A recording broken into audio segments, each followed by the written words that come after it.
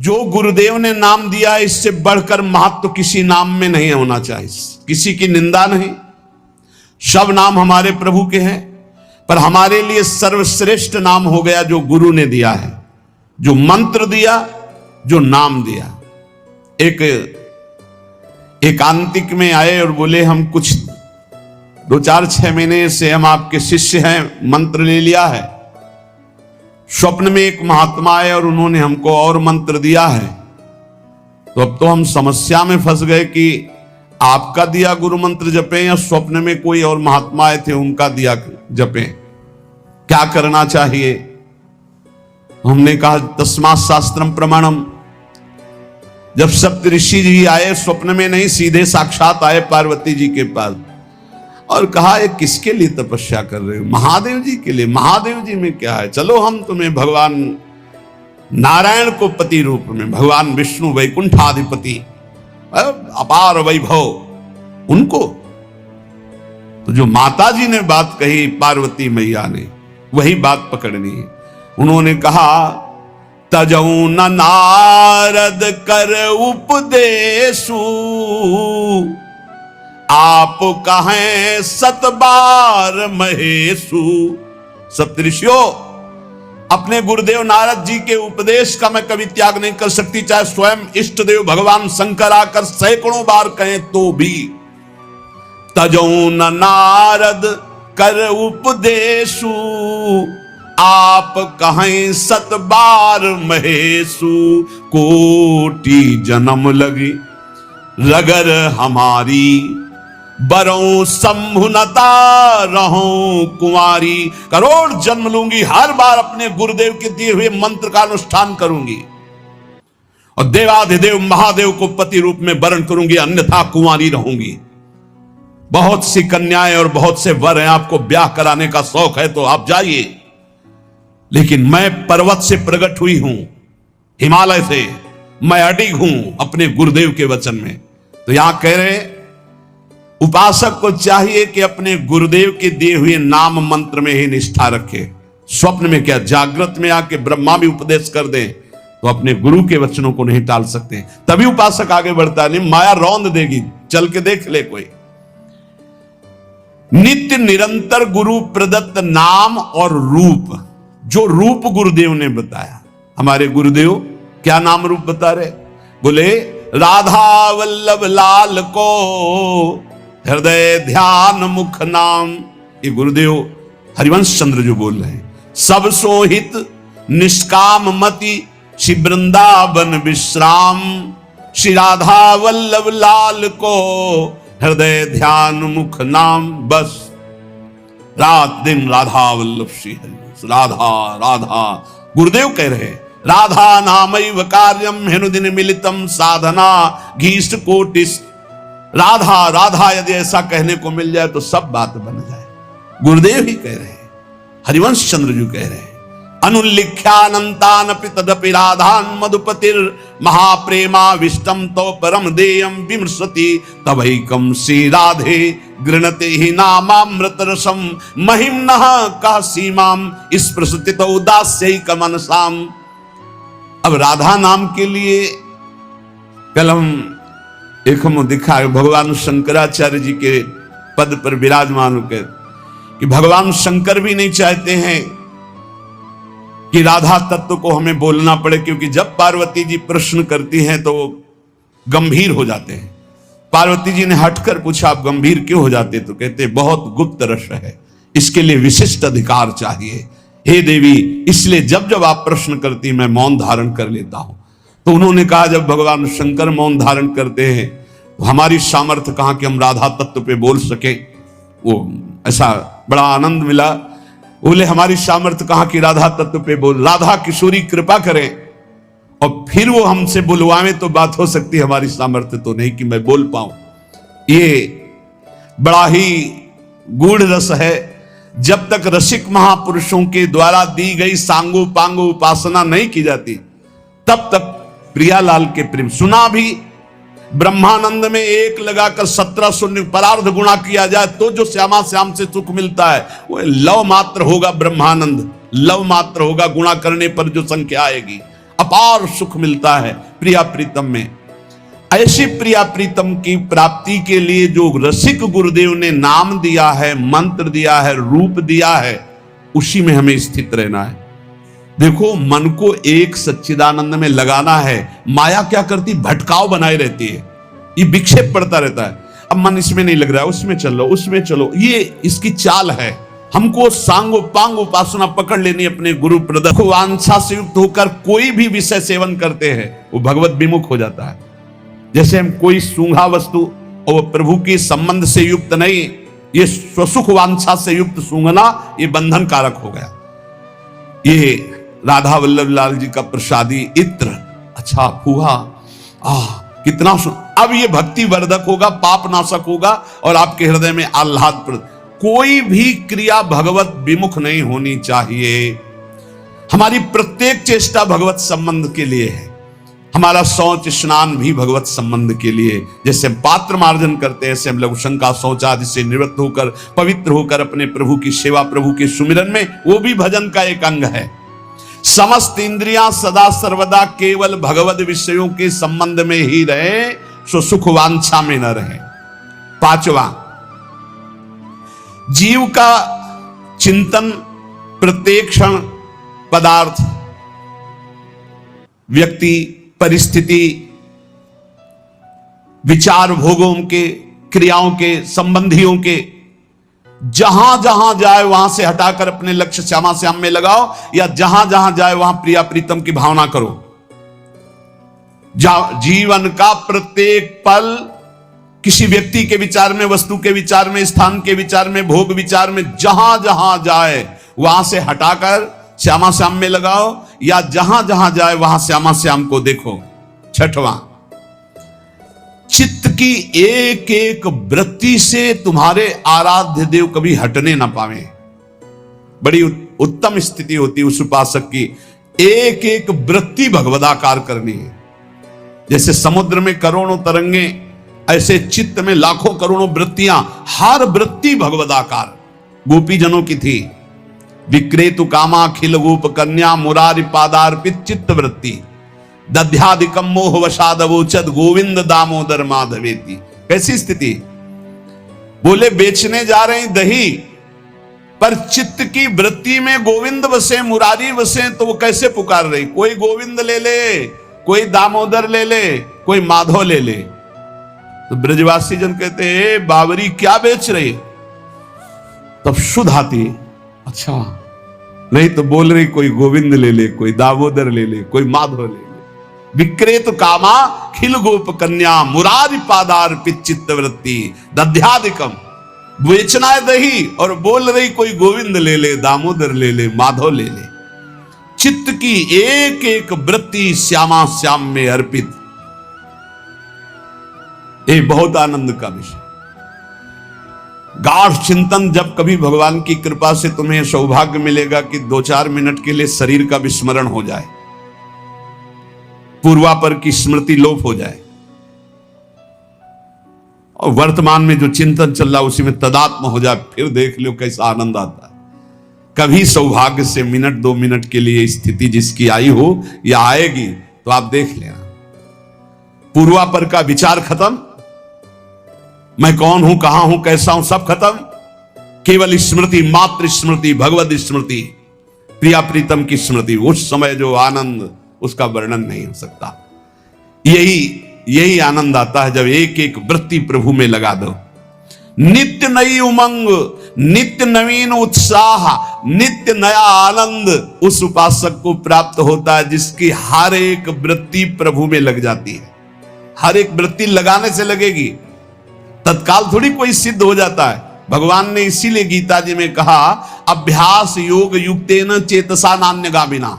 ऐसा अभ्यास करो कि चित्त की एक भी वृत्ति कहीं बाहर ना जाए। राधा राधा राधा वल्लभ श्री हरिवंश। 7वां, कहीं भी आसक्ति ना हो, सारी की सारी आसक्ति, सारी की सारी ममता केवल एक युगल सरकार में। बहुत सुख मिलता है, अपार सुख मिलता है। जिससे प्यार होता है, अपनापन होता है, उसकी बात सुनने में सुख मिलता है। अरे वो दिशा अच्छी लगती है, वो दिशा अच्छी लगती है, जिधर अपना प्यारा बसता है ना वो दिशा अच्छी लगती है। उधर से आई हुई वायु ऐसा लगता है प्यारे का आलिंगन हो रहा है, अभी वो प्रेम जागृत नहीं हुआ, इसलिए उस एरिया को कोई आ जाए, अच्छा आप उधर से आए, जहां अपना प्यारा बसता है उस क्षेत्र का कोई आ जाए तो ऐसा लगता है प्यारा मिल गया।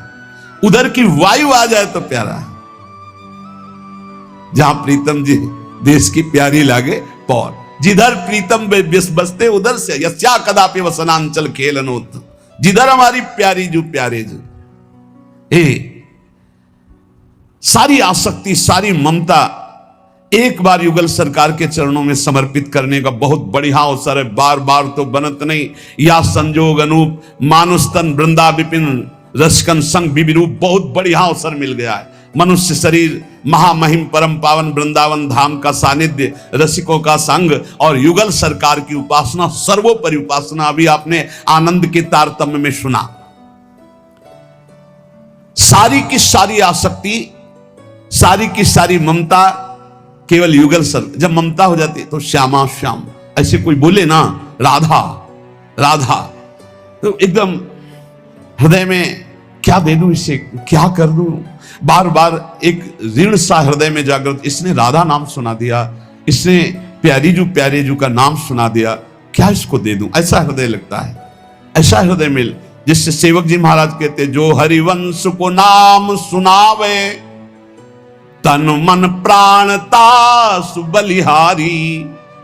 तन मन प्राण न्योछावर है उसके ऊपर, जो एक बार बोले श्री हरिवंश। सेवक जी महाराज कह रहे ये है आसक्ति, इसे कहते हैं ममता।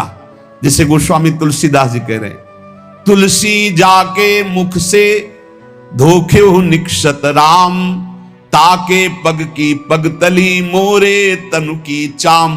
धोखे से भी निकल जाए राम, बोले वो इतना पावन हो गया कि उसके चरणों के तलवे और मेरे पूरा शरीर।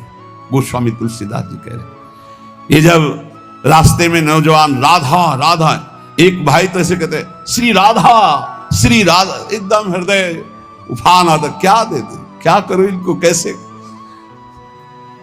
नाम में अपार सुख तब अनुभव आएगा जब आसक्ति हो जाएगी। अभी आसक्ति अन्यत्र है, नाम में आसक्ति तो है नहीं। तो एक उपासक कि मुझे नाम जपने में श्रद्धा नहीं हो रही, बिल्कुल ना हो, आप चिंता मत करो। भाव शब्द समझिए, कुभाव अनख आलसहु, नाम जपत मंगल दिशि दसहु। भाव से जपो, कुभाव से जपो, मन लगे या ना लगे तुम्हें फल मिलेगा, पक्का मिलेगा, मंगल दसों दिशाओं में होगा। विश्वास करके जपो तो, और एक दिन जब स्वाद लग जाएगा तब आप भी ऐसे ही बोलोगे जैसे बड़े बड़े संत महापुरुष बोलते हैं, नाम जीवन, नाम सर्वस्व, नाम ही हमारा प्राण धन।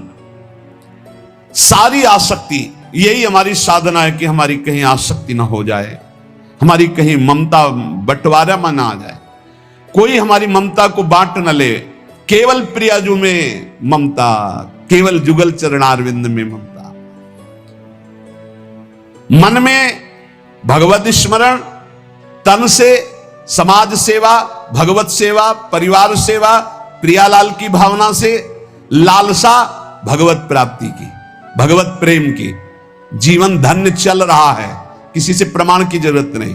ध्यान दीजिए, आपका जीवन धन्य है। कैसे?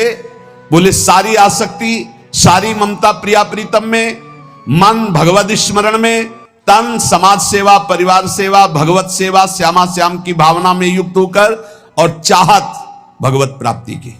बस इस बार तो भगवत प्राप्ति करना है, इस बार तो मुझे भगवत साक्षात्कार करना है। 8वां, जीवन में राग द्वेष न रह जाए। बड़ा खतरनाक है ये राग द्वेष। अगर किसी से राग है तो बड़ा सूक्ष्म होता है राग का धागा, और वो जब हमारे ऊपर संकट आएगी, विपत्ति आएगी, या तो वो धागा दिखाई देता कि अभी वो है ना। द्रौपदी जी को पहले श्री कृष्ण याद नहीं आए, 5 महारथी पति है अतिरथी, वो याद आए, फिर भीष्मादि याद आए, फिर अपनी भुजाओं का बल, फिर दांतों का बल, और जब निर्बल तब महाबल, सुनेरी मैंने निर्बल के बल राम। महाबल प्रभु श्री कृष्ण का तब जागृत हुआ। ये राग बहुत खतरनाक है, किसी से राग ना करें। यही राग जब प्रियालाल के चरणों में अर्पित हो जाता है तो अनुराग कहलाता है। जब शरीर भोग, शरीर संबंधी, यही बहुत फंसाव वाला जन्म मरण चक्र का मूल यही राग है। और जब इसमें बाधा पड़ती तो द्वेष हो जाता है। द्वेष बहुत खतरनाक है। भजन कर रहे हैं, कई वर्ष पहले किसी ने कुछ कहा, याद आ गया और जलने लगा हृदय। उसकी पूरी सामने झांकी है, भजन कर रहे प्रभु का, और झांकी है उस द्वेष जिससे हुआ है और हृदय जलने लगा। या कभी वो सामने पड़ गया तो देखकर जल। द्वेष ना होने पावे, अजात शत्रु ते सदा। भक्त अजात शत्रु होता है, एक भी पूरा सृष्टि में शत्रु ना होने पावे। तो बोले क्या भक्त से क्रोध लीला नहीं होती? क्या भक्त क्रोध नहीं करता जैसे द्वेषी पुरुष करते हैं?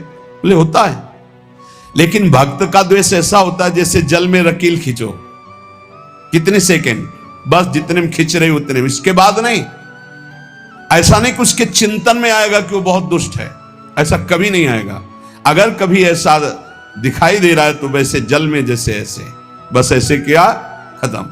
और संसारी पुरुष का द्वेष कैसा होता है? पत्थर की रकील खींच दो तो बनी की बनी, और वो जल की रकील, जल में ऐसे रकील खींचो, एक सेकंड में खत्म। ऐसे भक्त का आवेश होता है। कोई धर्म विरुद्ध या इष्ट विरुद्ध या ऐसा तो एकदम वो आवेश दिखाई देगा, लेकिन उसी क्षण वो तत्काल बिल्कुल द्वेष किंचन मात्र नहीं, किंचन मात्र मंगल की भावना नहीं। अगर राग द्वेष है तो फिर वो भक्त कैसा? जीवन में राग द्वेष न रहने पावे, किसी से राग नहीं, किसी से द्वेष नहीं। और किसी भी भोग के प्रति ऐसी प्रचंड ममता कामना ना हो कि प्रियालाल का विस्मरण हो जाए। प्रियालाल का स्मरण करते हुए धर्मयुक्त भोग को जीवन यापन के लिए स्वीकार किया गया है। प्रियालाल का स्मरण चल रहा है और शास्त्र सम्मत धर्मयुक्त भोग है जीवन यापन के लिए। लेकिन शास्त्र विरुद्ध प्रियालाल का विस्मरण करा दे ऐसा भोग भक्तजन स्वीकार नहीं करते, और जो स्वीकार करते हैं वो भक्त नहीं होते। राग द्वेष भक्त के जीवन में नहीं होता, और ऐसी भोग कामना नहीं होती जो भगवत विस्मरण करा दे या शास्त्र विरुद्ध हो। अगर शास्त्र विरुद्ध और भगवत विस्मरण कराने वाली भोग वासना, वो फिर अभी भक्ति रंग नहीं लाई। तीसरा, भजन करते हुए इसी 8वें पंक्ति में 3 बातें। पहला राग द्वेष, दूसरा भोग ममता कामना का जो विषय है वो इष्ट चिंतन और धर्म शास्त्र सम्मत। तीसरा, मद अभिमान नहीं आना चाहिए। भक्ति में भी अभिमान जागृत हो जाता है। सामने वाला ऐसा है, सामने वाला ऐसा है, जहां परदोष दर्शन होने लगे वहां जान लेना अभिमान आ गया है। बिना गुणाभिमान हुए दूसरे में दोष दर्शन नहीं हो सकता। अभिमान की पहचान दूसरों में दोष दर्शन, अपने में गुण का भाव, गुण का आरोप, अपने में गुण का अभिमान, दूसरे में दोष दर्शन, ये पतन का लक्षण है, सिर्फ पतन का लक्षण। ऐसा हो जाए तो प्रभु के सामने चिल्ला के रो, बचा लो प्रभु बचाओ, अभिमान आ गया। भगवान को अभिमान बिल्कुल पसंद नहीं है। दैन्यता से भगवान प्यार करते हैं और अभिमान से भगवान रोष करते हैं। सुनहु राम कर सहज स्वभाव, जन अभिमान न राखें काऊ। अभिमान आ गया तो कोई होगी बहुत बड़ी विचित्र भयावनी लीला, इसलिए बचो। जहां अभिमान आवे तो रो प्रभु से, प्रभु दूर कर दो। भयावनी लीला करते हैं फिर वो जब अभिमान आ जाता है। देखो कैसी देवर्षि नारद जी के साथ की, कैसे गरुण जी परेशान हो गए। भक्त के हृदय में कभी अभिमान नहीं आना चाहिए। अभिमान की पहचान दूसरों में दोष दर्शन, अपने में गुण का आरोप। इसी 8वें सूत्र में चौथा, चाहे जो कुछ नष्ट हो जाए कभी शोक विषाद नहीं करना, रोना नहीं। भक्त है, परिवार का कोई पधार गया है तो कीर्तन कर रहा है, वो रोएगा नहीं। ये रोना केवल मोह ममता का क्षेत्र है और नहीं रोना चाहिए। जब अब गीता जी का पीछे व्याख्या चल रही थी तो जो रोज सुनते हैं उनको याद होगा, रोने वाले के आंसू और नाक लार सब उस जीवात्मा को पीना पड़ता है जो पधार गया है। कभी नहीं रोना चाहिए। उस समय नाम कीर्तन करना चाहिए, भगवत यश गुणगान करना चाहिए, उस जीवात्मा के मंगल के लिए भगवान का नाम जप करके देना चाहिए, रोना नहीं। कुछ भी नष्ट हो जाए, कोई भी मर जाए, शोक विषाद नहीं करना, रोना नहीं। ये भक्ति के मार्ग का विषय है। मंजीरा उठाओ, सब मिलके कीर्तन करो और भगवान का यश गान करते हुए उनकी अंतिम यात्रा। भक्तों की तो मृत्यु भी महोत्सव होती है। संसारी लोगों के लिए छाती पीटते हैं लोग, उनकी मरे हुए व्यक्ति की छाती में नहीं, ऐसे ऐसे पीटते हैं, वैसे पीटते हैं। और जब वो पीट के रो रहे हो घर वाले, तब पूछना कि तुम क्यों रो रहे हो, तब असलियत पता चलती है। वो रो नहीं रहा उसके लिए कि इसलिए रो रहा है, वो अपने लिए रो रहा है कि हम जो चाहा अपने लिए, बस अपनी कामना की पूर्ति के लिए। भक्त को कभी ऐसा नहीं करना। कोई पधार गया बहुत गंभीर, कोई रोए तो डांट देना चाहिए, चुप शांत नहीं रोना। उस जीव को क्यों कष्ट देना।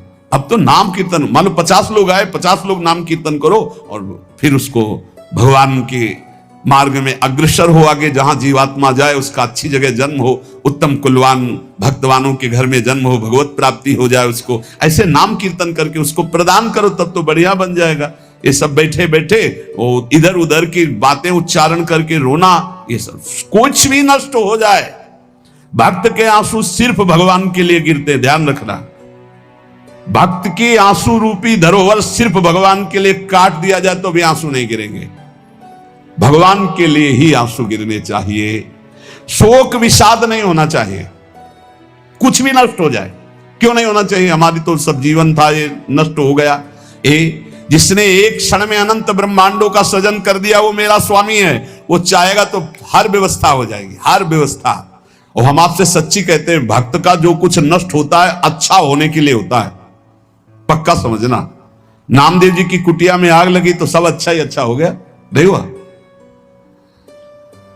कहीं भी कुछ भी, भक्त का अगर कहीं भी कुछ भी हानि होगी, तुम निष्ठा से रहना, सब बढ़िया ही होगा। आप देख लेना, परिणाम में देख लेना। शोक किस बात का। कोई नई व्यवस्था किया है मालिक ने, इसीलिए पुराने को आग लगवा दी है, या पुराना नष्ट हो गया, कोई नई व्यवस्था की। भगवान की ताकत नहीं कि वो अमंगल कर दे। किसी ने कहा हमारा मन भगवान में ना लगा हो और हम फिर भोग लगाएं, सेवा करें तो भगवान स्वीकार कर लेंगे। कहां, वो बड़े कृपालु है। अरे पूरे समय मन नहीं लगा, लेकिन आपने कहीं ना कहीं मन में तो ये बनाया था कि भगवान को हम भोग लगा ले जा रहे हैं। इतनी भी ना तो श्रद्धा थी पाई भर, ना कोई भगवान से अपनापन था। स्तनों में जहर लगाया था भगवान को मारने के लिए, और भगवान ने फल दिया यशोदा मैया को जो मिलता है। ऐसे तो हमारे कृपालु भगवान है। तुम दूध का भोग लगाने सही में जा रहे हो, अब मन लगे चाहने लगे, तुम्हें फल तो मिलेगा ही। ये संशय मत करो, हमारे भगवान पर बड़े कृपालु हैं। शोक विषाद का विषय भक्त का नहीं होता। किसी के मर जाने पर, या किसी के नष्ट हो जाने पर, या किसी के छूट जाने पर। अमुक ने हमको छोड़ दिया, बड़ी कृपा की, क्यों। अब हमारा सहयोगी मित्र कौन होगा, भगवान। पक्का समझो, अगर हम किसी से अपनापन करते हैं तो सिर्फ भगवान के भाव से करते हैं। मेरे प्रभु आप इस हृदय मंदिर में बैठे, इसलिए मैं आप, बस और कोई संबंध नहीं, केवल एकमात्र प्रभु ही वही है। उसी रूप कितने हैं, लेकिन स्वरूप एक ही है। सब में वही हमारे युगल सरकार विराजमान है। और इसमें 5वीं बात, 8वें सूत्र में 5वीं बात, कभी भय और संदेह न करना। कभी भय न करना, किसी की किसी भी तरह से प्रतिकूलता देने पर डरो मत, तुम्हारे रक्षक भगवान हैं। बोले हमारी तो प्रिया जो है नील कमल हाथ में लिए हुए हैं, अब ना तो तलवार है ना गदा है, कैसे रक्षा करेंगे। तो जो ये सब बड़े बड़े दिव्यास्त्र हैं, जो जानने वाले हैं, तो 19 चरण चिन्ह प्रिया और लाल 19 चरण चिन्ह है। ये चरण चिन्ह अपने भक्त जनों की रक्षा के लिए, इन्हीं में सुदर्शन चक्र, इन्हीं में कौमोदकी गदा, इन्हीं में सब कुछ विराजमान है। भक्त की रक्षा के लिए प्यारी जी की चरण चिन्ह बलवान। वृंदावन दास चाचा जी ने बड़ी महिमा चरण चिन्हों की वर्णन की, कभी अवसर आएगा तो सुनाएंगे। हमें भय नहीं करना और हमें संदेह नहीं करना, पता नहीं भगवान ऐसा करे कि ना करे, पता नहीं प्रिया जो आगे ऐसा संभाले कि ना संभाले। भजन तो करते हैं, पता नहीं भगवत प्राप्ति होगी कि नहीं। अरे इधर भोग भी नहीं भोग रहे हो, इधर भजन भी कर रहे हो, प्रियालाल मिले कि ना मिले, पता नहीं ये भजन सही है कि नहीं सही, इस मंत्र से काम होगा कि नहीं होगा, ये जो नाम कह रहे हैं राधा नाम, इस नाम से होगा कि नहीं होगा। संदेह न करे, संशय न करे।